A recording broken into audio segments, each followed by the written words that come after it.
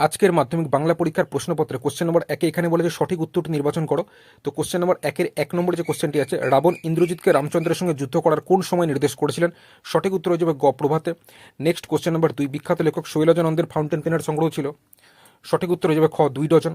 Next 3 নম্বর question, প্রাচীন Sumerian বা ফিনিশিয়ানদের লেখনী কী ছিল? সঠিক উত্তর হয়ে যাবে ঘ হাড়। নেক্সট কোশ্চেন নম্বর 4, কত সালে কলকাতা বিশ্ববিদ্যালয় পরিভাষা সমিতি নিযুক্ত করেন?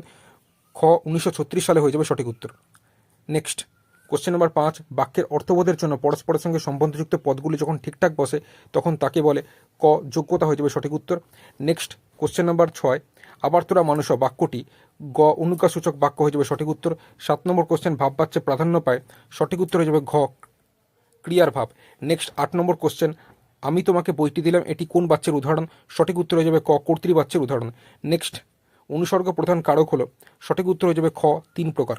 নেক্সট 10 নম্বর কোশ্চেন, বুলবুলিতে ধান খেয়েছে, বুলবুলির সঙ্গে তে যুক্ত হয়ে কী কারক হয়েছে? সঠিক উত্তর হয়ে যাবে খ কর্তৃকারক। নেক্সট কোশ্চেন নম্বর 11, কোন সমাসে উভয় পদের অর্থ অক্ষুণ্ণ থাকে? সঠিক উত্তর হয়ে যাবে অপশান ক দ্বন্দ্ব সমাসে। নেক্সট 12 নম্বর কোশ্চেন, যে সমাসে পূর্বপদে উপমেয় ও পরপদে উপমান এবং সাধারণ ধর্মটি উজ্জ্ব থাকে তাকে বলে? সঠিক উত্তর হয়ে যাবে খ উপমিত কর্মধারয়। নেক্সট 13 নম্বর কোশ্চেন, তবু লিখছে লুকিয়ে লিখছে, এভাবে লেখার কারণ কি?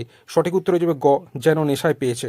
নেক্সট নদের চাঁদের বয়স হলো, অপশন ক 30 বছর হয়ে যাবে সঠিক উত্তর। নেক্সট 15 নম্বর কোশ্চেন, গিরিশ মহাপাত্রের জামার রং ছিল, সঠিক উত্তর হয়ে যাবে গ রামধনু।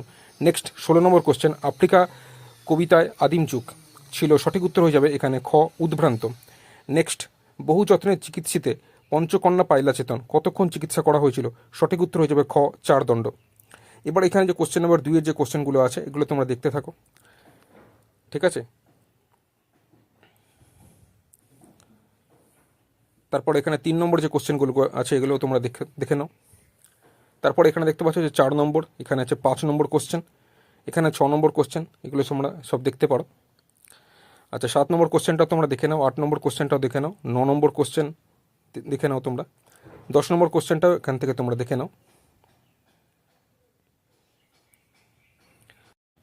কোশ্চেন নম্বর 11তে দেখতে পাচ্ছ প্রবন্ধ রচনা লিখতে দিয়েছে, চরিত্র গঠনে খেলাধুলার ভূমিকা, সময়ের মূল্য, বন সংরক্ষণ, দৈনন্দিন জীবনে বিজ্ঞান, এই 4টির মধ্যে যে কোনো একটি বিষয় প্রবন্ধ রচনা লিখতে দিয়েছে। আচ্ছা এরপর হচ্ছে কেবলমাত্র বহিরাগত পরীক্ষার্থীদের জন্য কোশ্চেন নম্বর 12 এবং 13 নম্বর কোশ্চেন। তো কোশ্চেনগুলো তোমরা দেখে নাও।